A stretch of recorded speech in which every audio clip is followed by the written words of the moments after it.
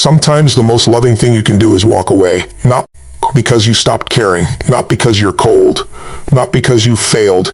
You leave because staying has become the lie. You leave because the pattern has become the prison. You leave because if somebody only feels safe loving you from a distance, then your closeness becomes the threat. And the more you offer, the more they disappear. That is a brutal truth, but it is still the truth. And I want you to see this. An avoidant partner does not always need more of your patience. Sometimes they need the consequence of losing what they refuse to honor. Sometimes they need silence where they expected your pursuit. Sometimes they need the absence of your reassurance so they can finally hear the noise they've been running from their whole life. Listen, a lot of people think love changes people. It can, but not the way we romanticize it. Love can invite transformation, it can expose the wound, it can make the pattern visible. But love alone does not dissolve a defense mechanism that somebody has spent 20 years turning into identity. And if you do not understand that, you will take on a job that was never yours. You will become the regulator, the rescuer, the pursuer, the translator, the emotional shock absorber. You'll call that devotion. But it isn't devotion. It's self-abandonment. That's the first thing you have to decide. Not whether they love you, whether you're disappearing, because those are not the same question. You can be loved and still be starved. You can be chosen and still be lonely. You can be texted every day and never once feel deeply met. There are people who will touch your body and never touch your life. There are people who will say all the right words at the right hour and still build a world in which you are never fully allowed in. That hurts. And what hurts even more is this. You start thinking if you can just explain it one more time, if you can stay calmer, if you can ask more gently, if you can need less, if you can become easier to love, then maybe they'll stop running. But that strategy is the trap. Because the moment you start negotiating against your own needs in order to be kept, you are no longer in a relationship. You are in survival. So what's really going on here? It's not just distance. It's not just mixed signals. It's not just a bad week or a fear of labels or somebody being stressed out. It's a pattern. It's a nervous system pattern. It's closeness versus control. It's intimacy versus threat. It's desire pulling them in and vulnerability making them retreat. So they come close enough to feel you, then far enough to regulate themselves. Close, then far. Warm, then cold. Open, then shut down. And because human beings are meaning makers, you take their withdrawal and turn it into a story about your worth. That is where the damage multiplies, because now it isn't only their avoidance. Now it's your interpretation. Now let me be honest with you. The deepest suffering in these dynamics usually doesn't come from the other person being unavailable. It comes from you staying long enough to become unavailable to yourself. Read that in your soul. You become a monitor, a strategist, a decoder. You watch response times, tone shifts, word choice, facial tension, micro withdrawals. You learn the weather of another human being better than you know the climate of your own heart. And the craziest part is, you call that love because it feels intense. But intensity is not intimacy. Vigilance is not connection. Anxiety is not devotion. It's not love, it's adaptation. And adaptation is powerful. Human beings can adapt to almost anything. Kids do it in broken homes. Soldiers do it in war. Adults do it in relationships that slowly teach them to ask for less and less until they call numbness peace. You can adapt to scraps. You can adapt to uncertainty. You can adapt to being half seen. But just because a nervous system can survive a pattern does not mean a soul should build a life inside it. You want to know why leaving matters? Because sometimes your staying protects the very pattern that is hurting both of you. That's hard for people to hear. They say, wait a second, I'm the loving one. I'm the patient one. I'm the understanding one. Yes, maybe. But if your presence continually cushions somebody from the cost of their own emotional unavailability, then your love is no longer medicine. It is insulation. It is softening the crash. It is making avoidance sustainable. And people do not change what still works for them. That is one of the immutables of human behavior. If the pattern still gets the payoff, the pattern stays. If they can withdraw, go cold, go silent, get space, keep access to you, keep your understanding, keep your loyalty, keep your softness, keep your body, keep your energy, and never truly confront what their defenses are costing them, then why would the nervous system decide a revolution is necessary? It won't. Human beings do not transform because somebody else explains beautifully. They transform when the old strategy becomes too painful to keep. That is true in business. It is true in addiction. It is true in health. It is true in love. If you want to take the island, you burn the boats. You don't line them up on the shore in case your fear wants an exit. You don't keep one polished and ready, just in case. You land, you make it real, and suddenly the nervous system knows this is not a rehearsal. That's what your departure does in an avoidant dynamic. It burns the illusion that closeness can be endlessly postponed without consequence. It burns the fantasy that they can keep one foot in intimacy and one foot in escape forever. But here's the thing. Leaving is not a manipulation. If you leave to force them to chase you, that's still the same game. That's still control wearing a prettier outfit. Leaving has to be clean. It has to come from truth. It has to come from the decision that you will no longer participate in a pattern that trains you to betray yourself. If they awaken, beautiful. If they don't, you still left for the right reason. For you. And there are 3 decisions you make in every moment of your life, especially in love. The first decision is what you focus on. The second decision is what meaning you give it. The third decision is what you're going to do. Most people are getting destroyed in relationships because all 3 decisions are happening unconsciously. They focus on the withdrawal. Then they give it the meaning that they are too much, not enough, hard to love, easy to leave. Then they act from that wounded meaning and start overfunctioning, people-pleasing, explaining, chasing, collapsing. And now a moment has become a pattern. And the pattern becomes identity if you stay there long enough. So take back the first decision. Take back your focus. See what is, not just what you hope. Take back the second decision. Their fear is not your verdict. Take back the third decision. Do what protects your life, not just what preserves your attachment. Focus is the master key. Focus determines the feeling. Focus shapes the meaning. Focus moves the behavior. That's not theory. That's your life right now. There are 1,000 data points in your relationship, but you, my friend, will suffer according to which ones you worship.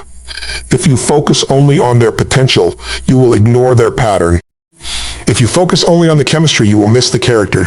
If you focus only on the rare moments they open up, you will build a castle on 10 beautiful minutes and overlook 10 empty months. Both worlds exist. The tenderness exists, and the inconsistency exists. The longing exists, and the damage exists. The memory exists, and the reality exists. Which one becomes your life? The one you give the most focus to. You do not suffer only from what happened. You suffer from what your mind keeps rehearsing. And I know I'm right about this because I've seen it in every area of human behavior. I've watched people hold on to jobs that were draining their soul because once in a while they felt appreciated. I've watched people stay in bodies they hated because comfort beat commitment. I've watched people call themselves stuck when really they were just unwilling to make a decision that had a short-term pain and a long-term freedom. The mind will bargain with misery if misery is familiar. That's why this is not just about them. This is about you. Why does the avoidant dynamic hook you so deeply? Because it touches something unfinished. Maybe it activates the old story that love must be earned.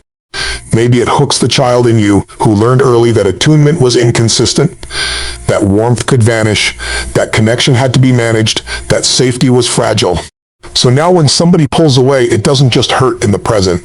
It echoes. It wakes up old circuitry. And then you are not only trying to solve this relationship, you are trying to finally solve a pain that started long before this person ever arrived. That's why people stay too long, not because they're weak, because the pattern feels ancient. Listen carefully. If you suffered early, you may still be carrying the shape of it. Not only the pain, the shape. The form it gave your decisions, the way it trained your eyes, the way it trained your body to anticipate loss, to detect distance, to override silence, to prove your value before asking for your needs. But there is another way to see that history. The very loneliness that hurt you may have taught you how to stand on your own feet. The fact that you had to self-soothe may mean you developed unusual depth. The fact that nobody came to rescue you may be why you became perceptive, resilient, creative, and able to feel what others cannot even name. The wound was real. I'm not minimizing it. But the wound is not the whole story. Hidden inside, some of your greatest pain are the raw materials of your strength. What made you ache also made you capable. What made you feel unseen may be why you now see so deeply. What made you desperate for safety may be why you now crave truth more than fantasy. That history hurt you. It also forged you. And when you stop using your past only as evidence of damage and start seeing where it trained your power, something in you settles. You stop begging life to undo the past and start using the past to build a wiser future. That is a turning point.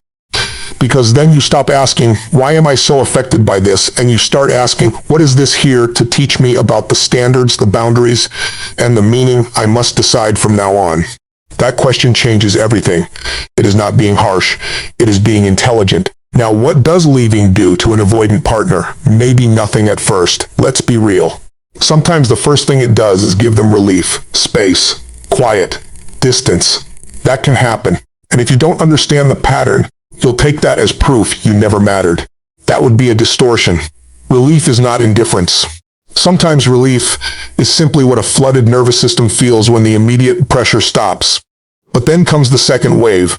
The house gets quiet, the nervous system settles, the pattern looks around for its old regulatory object, and you are not there. No text, no reach, no emotional labor, no bridge back to comfort. No one making the relationship possible by force of endurance. And in that silence, one of two things happens. They become more defended, or they begin to feel. And feeling is where growth begins. Not performative regret, not romantic language, not a panic message at midnight because loneliness finally showed up. Feeling, honest feeling. The kind that makes a person face what they feared and what it cost them. The kind that forces the question, did I keep myself safe or did I keep myself small? Did I protect my peace or did I protect my prison? Did I avoid being hurt or did I avoid being known? Those are not comfortable questions. Good. Growth rarely starts comfortable. Think of a great shooter in basketball. People see the clean release, the beautiful arc, the confidence in the final second. They don't see the repetitions, the ugly misses, the years of mechanics, the thousands and thousands of shots that trained the body until the movement became natural. Relationship capacity is the same. People say, I want deep love. Beautiful. But do you have the repetitions? Can you stay present in conflict? Can you tolerate closeness without losing yourself? Can you tell the truth before resentment builds? Can you receive need without reading it as control? Can you remain open when your impulse is to shut down? Everybody wants the game-winning shot. Almost nobody wants the reps. And if a person has not done the repetitions of intimacy, then your love cannot substitute for their training. No one shoots one perfect night and becomes great. No one has one emotional breakthrough and becomes available. Capability is built. And if they are ever going to build it, your leaving may become the practice court where the fantasy dies and the work finally begins. But that's not the real point. The real point is not what your leaving teaches them. The real point is what your leaving restores in you. Your energy, your clarity, your self-respect. You cannot live on your terms while begging somebody else to permit basic reciprocity. You cannot create a life with foundations while building your emotional home on maybe. You cannot be fully alive while constantly bracing for the next withdrawal. And some of you know this. You know it in your gut. You know it when you wake up tired after 8 hours of sleep. You know it when your friends ask what's wrong and you say, nothing, I'm just stressed, because it sounds easier than telling the truth. You know it when a text from them can lift you for 5 minutes and flatten you for 2 days. You know it when your entire emotional state becomes contingent on whether one person is open or closed. That's not power. That's dependency. You need your life back. Now let me be honest with you. I know something about fuel. I know what it is to run on pain. I know what it is to use hunger, anger, rejection, humiliation, loneliness as the fire. A lot of us do that. We become driven because being still would mean feeling. We become useful because being needed feels safer than being known. We become indispensable because deep down we fear that if we are not extraordinary, we are replaceable. That kind of fuel can make you effective. It can even make you impressive, but it will never make you free. Because pain as fuel always asks for more pain to keep the engine running. Eventually, if you want peace, the fuel has to change. Not push, pull, not fear, meaning, not proving, purpose. And that's what leaving can become. The moment you stop trying to win love from the unavailable and start building a life so aligned, so grounded, so meaningful that you are no longer willing to abandon yourself for chemistry. That is the shift. That is when your standards stop being words and start being behavior. You want a non-negotiable drill? I'll give you one. For the next 24 hours, every time you feel the urge to reach out, explain again, check their page, reread the thread, decode the silence, or imagine a conversation that finally makes them understand. Stop. Put both feet on the ground. Breathe deep once, twice, 3 times. Then ask yourself one question. What am I seeking right now that I need to start giving myself? Is it reassurance? Is it certainty? Is it soothing? Is it validation? Is it hope? Name it with brutal honesty. Then give yourself 90 seconds of action toward your own life before you do anything else. Drink water, walk outside, call a grounded friend, write the uncensored truth, delete the draft. Pray if that's your language, cry if that's what's true. But do not let the first movement of your pain be toward the person whose pattern keeps reopening it. Let the first movement be back toward yourself. That drill sounds simple because it is. Simple does not mean easy, it means clean. And clean actions done repeatedly change identity. First it feels unnatural, then awkward, then deliberate, then steady. Then one day you realize you did not betray yourself in the moment you usually would have. That is how real change works. Not in one giant movie scene. In one different decision, practiced until it becomes who you are. There is a ladder every human being climbs. First you don't know what you don't know. Then you start seeing it, and it's uncomfortable. Then you practice with effort, then eventually it becomes part of your nervous system. In love, that means at first you don't even realize you are overfunctioning. Then you see it and feel embarrassed, maybe even ashamed. Then you consciously interrupt it again and again. Then one day healthy love stops feeling boring and unavailable love stops feeling magnetic. That is a miracle, but it is a trained miracle. It is not magic. It is repetition plus truth. And here's the truth. A lot of people do not want intimacy. They want the appearance of intimacy without the surrender it requires. They want warmth without obligation, contact without accountability, closeness without exposure. They want the comfort of being loved without the vulnerability of being known. And as long as you keep translating that into potential, you will stay trapped. Potential is not a relationship. Pattern is the relationship. Let me say that again. Potential is not the relationship. Pattern is the relationship, not the promise, not the chemistry, not the one incredible weekend, not the tears when they finally opened up at 1:17 in the morning. Pattern. What happens consistently? What happens under stress? What happens when needs appear? What happens after conflict? What happens when reality asks both people to grow up? That is the relationship. Anything else is projection. And listen, leaving does not mean they are a bad person. Some avoidant people are beautiful human beings. Deeply intelligent, funny, generous, loyal in certain ways, sensitive, capable of profound insight. That is what makes this so painful. If they were cruel all the time, the decision would be easy. It's the goodness that confuses you. It's the tenderness that keeps reopening hope. It's the part of them you have touched that makes you believe the whole of them is available. But access to a beautiful part is not access to a whole person. That sentence alone could save years of your life, because many people fall in love with fragments. A beautiful mind, a wounded heart, a soft voice, a powerful chemistry, a shared dream, a brilliant conversation. And then they build a mythology around the fragments and ignore the whole structure. It's like seeing a gorgeous garden and pretending the pest eating the roots does not matter because the flowers are so stunning in spring. My friend, if the roots are compromised, beauty on the surface will not sustain the life of the thing. It's not cynicism, it's structure, and relationships are structure. Now, some people will hear this and say, so if somebody is avoidant, just leave? No, that's too shallow. If a person is self-aware, accountable, actively working, open to feedback, willing to get help, capable of repair, and their actions show increasing emotional capacity over time, that is different. Everybody has patterns, everybody has defenses, everybody gets scared. The issue is not imperfection. The issue is refusal. Refusal to look, refusal to own it, refusal to do the reps.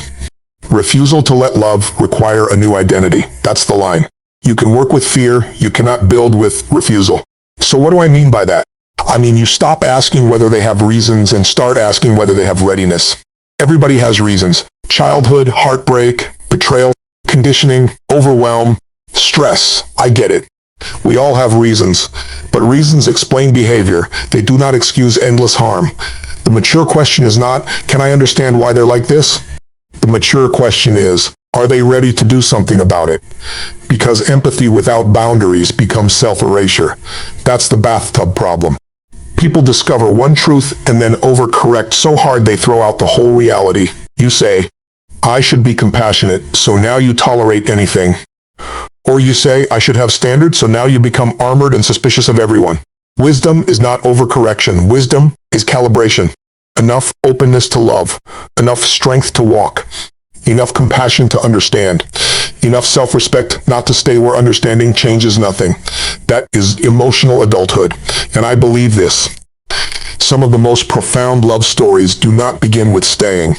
They begin with somebody finally telling the truth and leaving. Because the departure becomes the mirror. The mirror becomes the interruption. The interruption becomes the call. And then either the other person answers the call and begins the journey, or they do not. But you, the one who left with integrity, begin your hero's journey either way. That matters. Because your life is bigger than this chapter. Your purpose is bigger than this pattern. Your future is bigger than your current attachment. There is a life waiting for you that does not require you to shrink in order to stay connected. There is a love that will not punish you for having needs. There is a relationship where honesty is not a threat, where closeness is not confused with control, where repair does not require collapse, where tenderness is not rationed to keep you invested. That life exists. That kind of love exists. But you do not find it by proving your worth to the unavailable. You find it by becoming unavailable to what keeps dishonoring your worth. That is the inversion. Stop trying to be enough for the pattern. Become too true for it. And yes, that may mean grief. Real grief. Missing them, craving them, romanticizing them. Doubting yourself in the night. Thinking maybe you asked for too much. Maybe you moved too soon. Maybe if you had just been softer, sexier, calmer, less intense, less emotional, more patient, more enlightened, it would have worked. No. No. No. Do not let the lonely part of you rewrite the pattern just because the silence is loud. The silence is loud because the bond mattered, not because the decision was wrong. Grief is not a sign to go back. Often it is proof you finally stopped anesthetizing. That is sacred, because when the noise dies down, something else becomes possible. You hear yourself again. Your appetite comes back, your laughter comes back, your sleep changes, your skin changes. Your friends say you seem lighter. Your mind stops living in imaginary conversations. Your energy stops hemorrhaging through one relational wound, and then a strange thing happens. You become interesting to yourself again. That is healing. Not because you no longer care. Because you care without abandoning yourself. And maybe someday they come back. Maybe they tell the truth. Maybe they've done real work. Maybe there is humility where there used to be defense, presence where there used to be withdrawal, accountability where there used to be explanation. Maybe. And if that day comes, you won't meet them as the old you. You'll meet them as somebody who has standards, calm, discernment, and a life that does not depend on their arrival. That changes the whole game. Because then you are not choosing from hunger. You are choosing from wholeness. And if they never come back, then your departure still gave you back your life. It still ended the cycle. It still taught your nervous system that love without safety is not enough. Chemistry without consistency is not enough. Being wanted in moments is not the same as being cherished in reality. You learned, you rose, you stopped calling scraps a feast. That is no small thing. You, my friend, do not need to become harder. You need to become clearer. You do not need less heart. You need stronger boundaries around that heart. You do not need to stop loving deeply. You need to stop placing deep love where there is no structure to hold it. A waterfall is beautiful, but if you pour it into a cracked vessel, you do not get nourishment. You get loss. The answer is not less water. The answer is a vessel strong enough to receive it. That is what you are really looking for. Someone who can receive you. And until then, you receive yourself. Here's the truth. The person who cannot stay present with love may need to lose it to respect it.